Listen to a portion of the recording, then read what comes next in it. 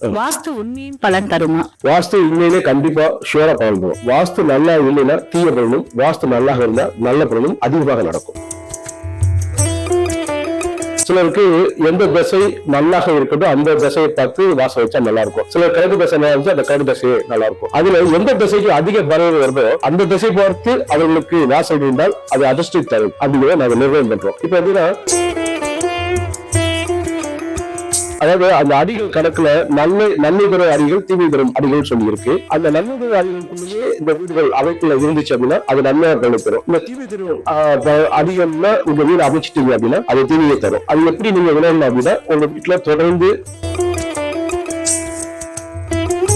நீங்க ட்ரை பண்ணாதான் வேலை கிடைக்கும். நான் வீட்டுல வந்து வாஸ்துபடி நல்லா இருக்கு, நான் வீட்டுல வேலை கிடைச்சு நினைக்கிறது வந்து மூலத்தனம். அதெல்லாம் வாஸ்து நல்லா இருக்குன்னு சொல்லிட்டு சில விஷயங்களை நீங்க செய்யாம இருக்கிறதும் தப்பு. வாஸ்து நல்லா இல்லாத வீட்டுல தேவையில்லாத விஷயத்த செஞ்சாலும் தப்பு.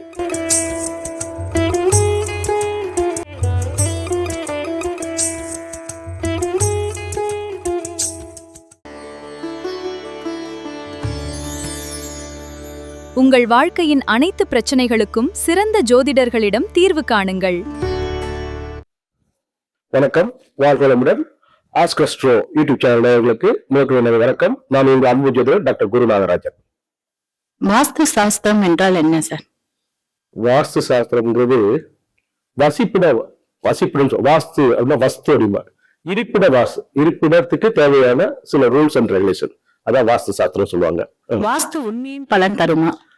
வாஸ்து உண்மையிலே கண்டிப்பா ஷுவரா பலன் தரும். வாஸ்து நல்லா இல்லைன்னா தீய பலனும், வாஸ்து நல்லா இருந்தா நல்ல பலனும் அதிகமாக நடக்கும். வீட்டின் பிரதான வாசல் எந்த திசையில் இருந்தால் சிறப்பு?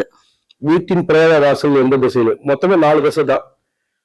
அதாவது வடக்கு, தெற்கு, கிழக்கு, மேற்கு தான். இந்த 4 திசையிலையும் பிரதான வாசல் இருப்பது சிறப்பு தான். அது அவரவர் ஜாதகத்தை பொறுத்து. சிலருக்கு எந்த திசை நல்லாக இருக்கட்டும் அந்த திசையை பார்த்து வாசம் வச்சா நல்லா இருக்கும். சிலர் கிழக்கு திசை நல்லா இருந்துச்சு, அந்த கிழக்கு திசையே நல்லா இருக்கும். இங்க அடிப்படையா சில விஷயங்கள் இருக்கு. அதாவது இந்த ராசிக்காரருக்கு இந்த திசை நல்லா இருக்கும் அப்படிங்கிற ஒரு அடிப்படை இருக்கு. இந்த லக்னக்காரர்களுக்கு இந்த திசை நல்லா இருக்கும் அப்படிங்கிற ஒரு அடிப்படை இருக்கு. நான் பொதுவாக என்ன சொல்லுவேன் அப்படின்னா, அவங்க என்ன ராசியோ என்ன லக்னமா இருக்கட்டும், நாங்க என்ன பண்ணுவோம், பறவைகள் போடுவோம். அஷ்டவர்க்க பறவைகள் சொல்லி ஒண்ணு போடுவோம்.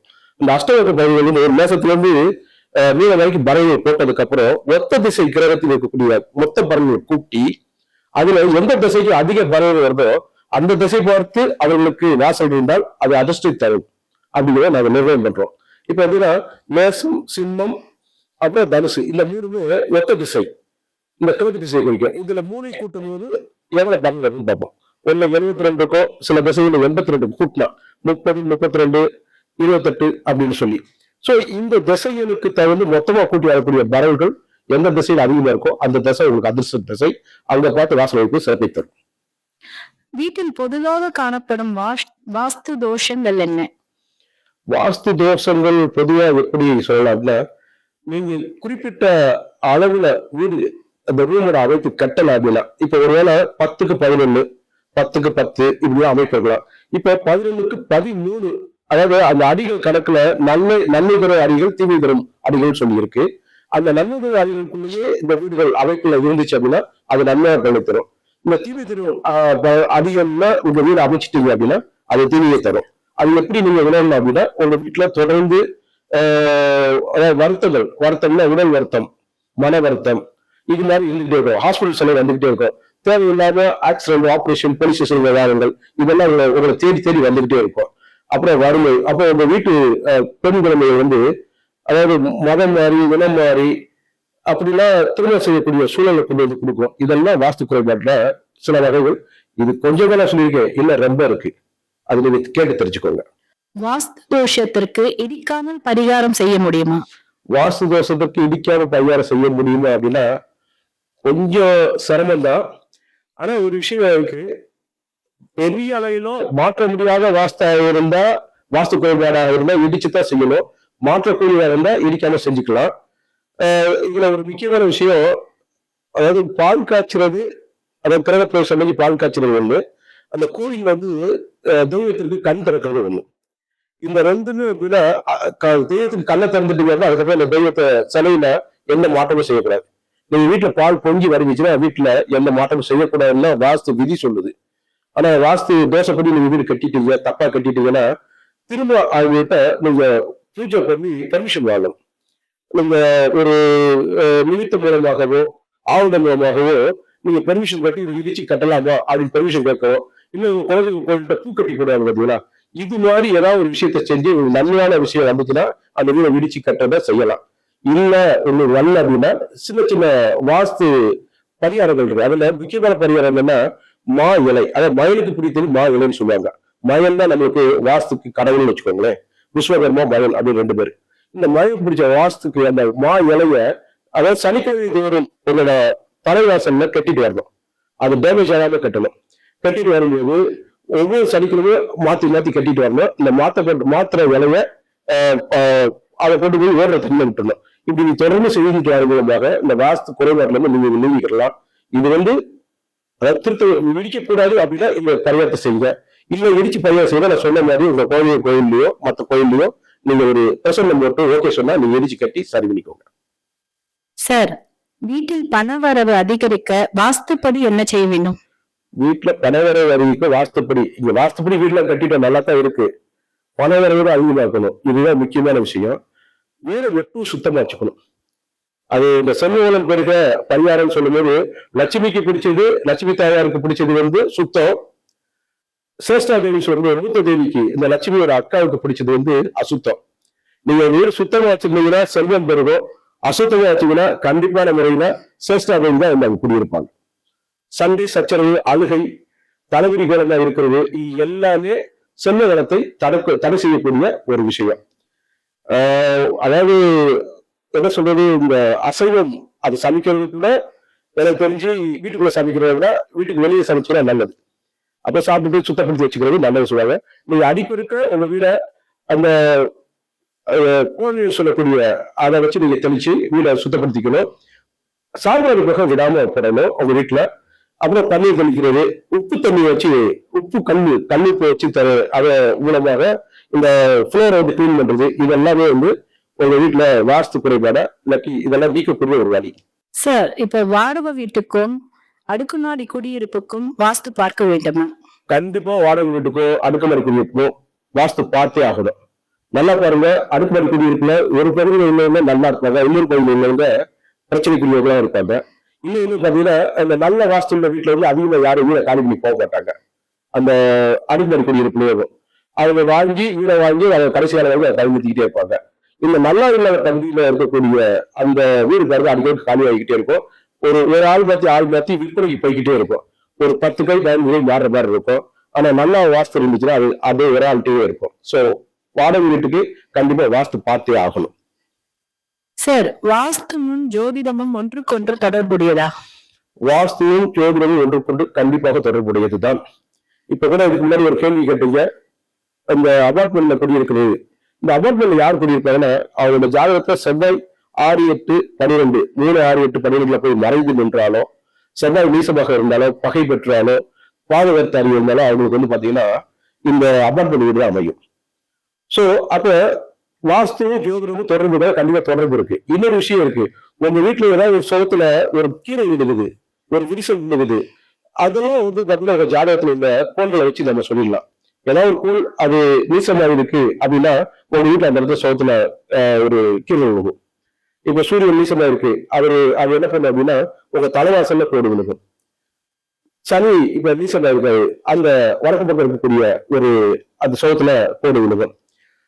செவ்வாய் நீசமா இருக்க தெற்கு பக்கம் இருக்கக்கூடிய அந்த சுகத்துல கோடு விழுகும். இது மாதிரி நீங்க ஜாதகத்தையும் இதை ரிலேட் பண்ணி பாத்துக்கலாம். சார், இப்ப வாஸ்துப்படி தொழில் வளர்ச்சிக்கு என்ன பரிகாரங்கள் உள்ளன? வாஸ்துப்படி தொழில் வளர்ச்சிக்கு அப்படி மாதிரி ஒன்றும் சொல்லல. அதாவது ஒரு வாஸ்துப்படி இடம் அமைஞ்சிருச்சு அப்படின்னா நீங்க சொன்ன மாதிரி உங்க இடத்த சுத்தமா வச்சுக்கணும். இது வீடா இருந்தா சொல்லியாச்சு. இப்ப தொழில் வளர்ச்சி போது நீங்க ஃபேக்டரி, இந்த ஃபேக்டரி வாஸ்து என்ன அப்படின்னா உற்பத்தியான பொருட்களை நீங்க வைக்கக்கூடிய இடம் முக்கியம். நீங்க உற்பத்தியான பொருட்களை கொண்டு போயிட்டு இந்த கல்வி முறைன்னு சொல்லிட்டு நொறுங்கி முறையில கொண்டு போய் வச்சுட்டீங்கன்னா அந்த பொருள் போகாது, விற்காது. அதே வாயு முறையில கொண்டு போய் அந்த பொருட்களை வச்சுக்க உடனே அது விற்பனை ஆகும். உங்க இடத்துல கால்வெளி வெளியே போயிடும். அப்ப வித்துட்டீங்கன்னு அர்த்தம். அப்புறம் பணம் வாங்குறதுலாம் உங்களோட மகனோட சபத்தில் நாங்க சொல்லிடுவோம்.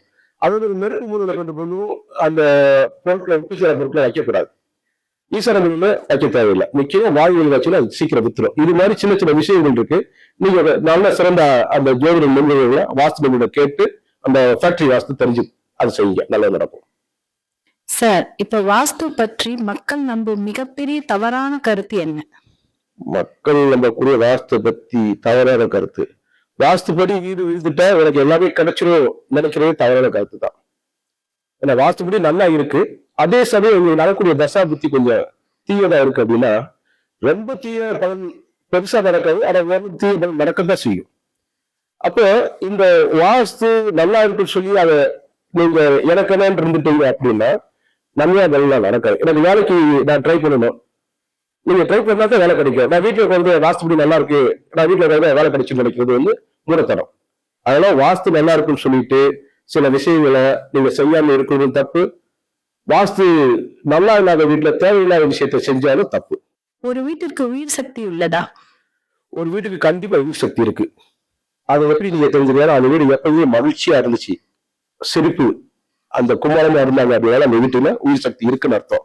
இந்த வெப்ப வீட்டுல லைட் எரியல, சிரிப்பு சத்தம் கேட்கல, அமைதியா இருக்க, எந்த நேரம் வீடு பூட்டியே கிடக்கல, அப்படியே தெரிஞ்சுன்னா அந்த உயிர் சக்தி இல்லை. அதுக்கு மாறாக உயிர் சக்தியே இருக்கு, அது வேற மாதிரி ஆன்ம சக்தியாக ஒரு தீய சக்தியாக இருக்கலாம். அப்ப மகிழ்ச்சியா இருந்துச்சுன்னா அந்த உயிர் சக்தி இருக்கிறத நீங்க உருவ நம்பலாம்.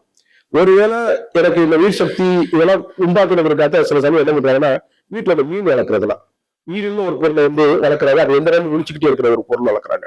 இல்லாட்டி இந்த சைனீஸ் வாசத்துல ஒரு விஷயம் சொல்லுவாங்க, இந்த சிப்ஸ் அந்த வெளிக்கொடுக்கக்கூடிய ஒரு மணியை கட்டி விடுவாங்க, காத்து அப்படி வந்தோம்னா அது வெளியே லைட்டா ஒரு மியூசிக் வரும். இந்த மாதிரி இருந்துச்சுன்னா அந்த வீட்டுல கண்டிப்பா இருக்கும்.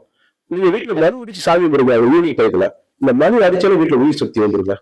இன்னொன்னு, ஒரு பொருள் நீண்ட காலம் நகட்டாம வச்சிருந்தீங்கன்னா அந்த பொருள் வந்து யூஸ்ஃபுல்லாக இல்லாட்டி அந்த பொருளை வந்து இறங்குறதுக்கு சமயம் சொல்லுவாங்க. அது வந்து வீட்டுல மணி அடிச்சீங்கன்னா அந்த பொருள் நகலவு அப்படின்னு அர்த்தம். சோ வீட்டுல உயிர் சக்தி எப்பயும் இருக்குன்னு நீங்க நினைச்சீங்கன்னா உங்க வீட்டுல டெய்லி சாயங்காலம் மணி அடிச்சு சாமி விடுங்க, அந்த வீட்டுல உயிர் சக்தி இருந்துகிட்டே இருக்கும். சார், சில பேர் வீடு வாங்கும் போது அங்க முன்பு யார் வாழ்ந்தார்கள் என்று பார்க்க வேண்டுமா? பழைய வீட்டின் ஆற்றல் புதியவர்களே பாதிக்குமா சார்? கண்டிப்பாக அதை பார்த்துதாகணும். இதுக்கு முன்னாடி அந்த வீட்டுல யார் குடியிருந்தாங்கன்னு பார்க்கணும்.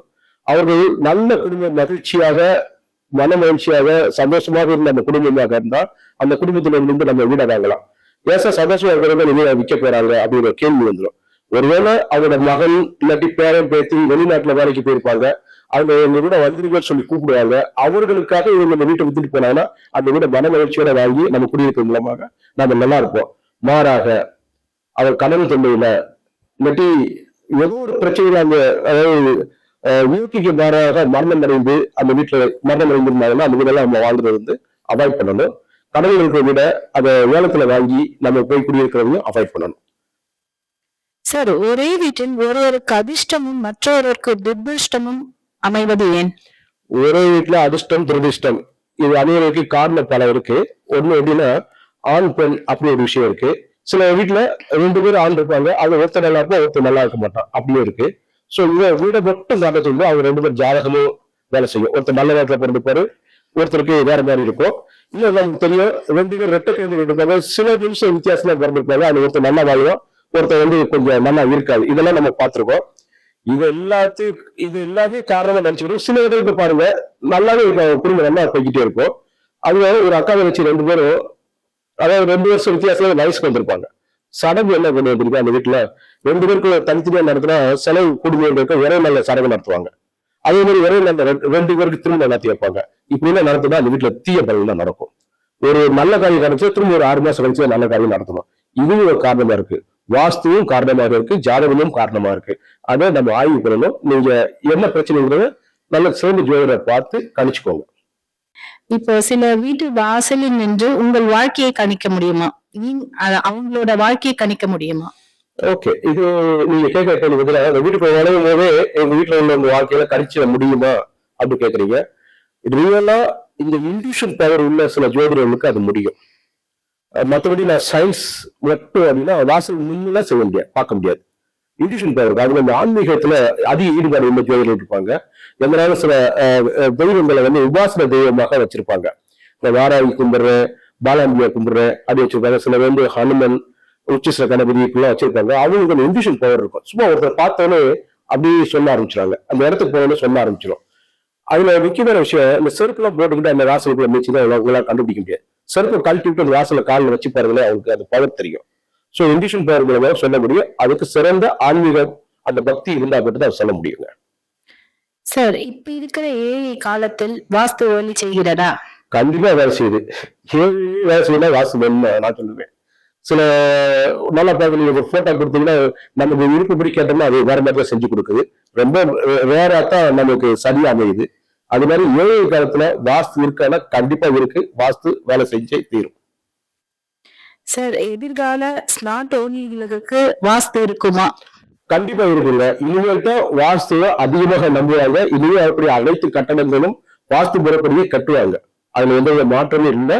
ஏன்னா ஃபியூச்சர்ல நல்லா பாருங்க, முன்னாடி நீங்க வாஸ்து நிபுணர்கள் ஆட்கள் கம்மியாக இருந்தாலும் இப்ப வாஸ்து நிபுணர்கள் அதிகமாயிட்டாங்க. இன்னும் வாஸ்து நிபுணர்கள் ஒருபடி மேல போய் ஏஐட்ட நீங்க சைஸ் சொல்லிட்டீங்க அப்படின்னா உங்க ஜாதகத்தை கொடுத்துட்டு அதுவே பிளான் போட்டு கொடுத்துருது. சோ ஏஐ காலங்கிறது வாஸ்து காலம் தான். அது எந்த மாற்றமே இல்லை. சார், இப்போ இந்த ஒரே தெருவுல நிறைய வீடுகள் கட்டி விற்பனை பண்றாங்க. சில வீடுகள் மட்டும் விரைவாக விற்கப்படுகிறது. அது காரணமே? அப்ப நல்லா யோசிச்சு பாருங்க. சில வீடுகள் பாத்தீங்கன்னா அது ஒரு வழக்காரத பிரிச்சு அந்த இடமா போட்டு விற்கிறாங்க. சில மேக்சிமம் வழக்காடு. சில இடங்கள்லதான் இந்த வயல்வெளி இல்லாத தரிசு நிலத்தை போடுறாங்க. இப்ப என்னன்னா, சொந்த வயக்காட்டுல பாத்தீங்கன்னா நம்ம வீட்டுல வளர்க்கக்கூடிய இந்த நாய், மாடு, முக்கியமா வயக்காடு மாடு வளர்ப்பாங்க. அந்த மாடு சில சமயம் இறந்து போயிடும். இது என்ன பாருங்களேன், நம்ம வீடு வயக்காடுன்னு சொல்லி கொண்டு போய் அதை புதைச்சிருவாங்க. இப்ப எலும்பு கூடி உண்மை இருக்கு, அது பேர் சல்லிய தோஷம்னு சொல்லுவாங்க. அப்ப இவங்க அது எலும்பு கூடி எல்லா இடத்துலயும் இருக்காது. அவங்க அவங்க வீட்டுல நாய் இறந்து போயிடும். அவங்க வீட்டுல பிறந்த குழந்தை இறந்து போச்சுன்னா கொண்டு வயக்காடுலாம் புதைப்பாங்க. அவரோட வீட்டுல மூத்த ஆள், அதாவது தாத்தா பாட்டி, அவங்க அந்த சொத்துக்கு சொந்தக்காரங்க ஆரம்ப காலத்துல. சோ அவங்க தாத்தா மேல பாட்டி மேல ரொம்ப பிரியமா இருக்காங்க. அந்த தாத்தா வீட்டையே அங்கேயே அடக்கம் பண்ணிடுவாங்க. அப்ப இதெல்லாம் சல்லியத்தை சொத்து குறிக்கக்கூடியது. நான் சொல்றது நாட் ஒன்லி இது மட்டும் கிடையாது. வயக்காடா இருக்கும் பார்த்தீங்கன்னா அந்த மீன் இருக்கும், மற்ற இதெல்லாம் இருக்கும். அவருடைய எலும்பு கூடவே உள்ள இருந்துச்சு, அது சல்லிய ரோசம் தரக்கூடியது. அப்ப இந்த மாதிரி சல்லிய ரோசம் உள்ள பிளாட்கள் விற்பனையில சில சமயம் பிரச்சனை பின்தங்கிடும். அப்ப எல்லா வீடும் விற்பனைக்கு போகாது. அது மாதிரி எல்லா வீடும் விற்காதையே இருக்காது. அது இடத்துக்கு இடம் மாறுபடும், பிரச்சனைக்கு பிரச்சனை மாறுபடும். இதாங்க. உங்கள் வாழ்க்கையின் அனைத்து பிரச்சனைகளுக்கும் சிறந்த ஜோதிடர்களிடம் தீர்வு காணுங்கள்.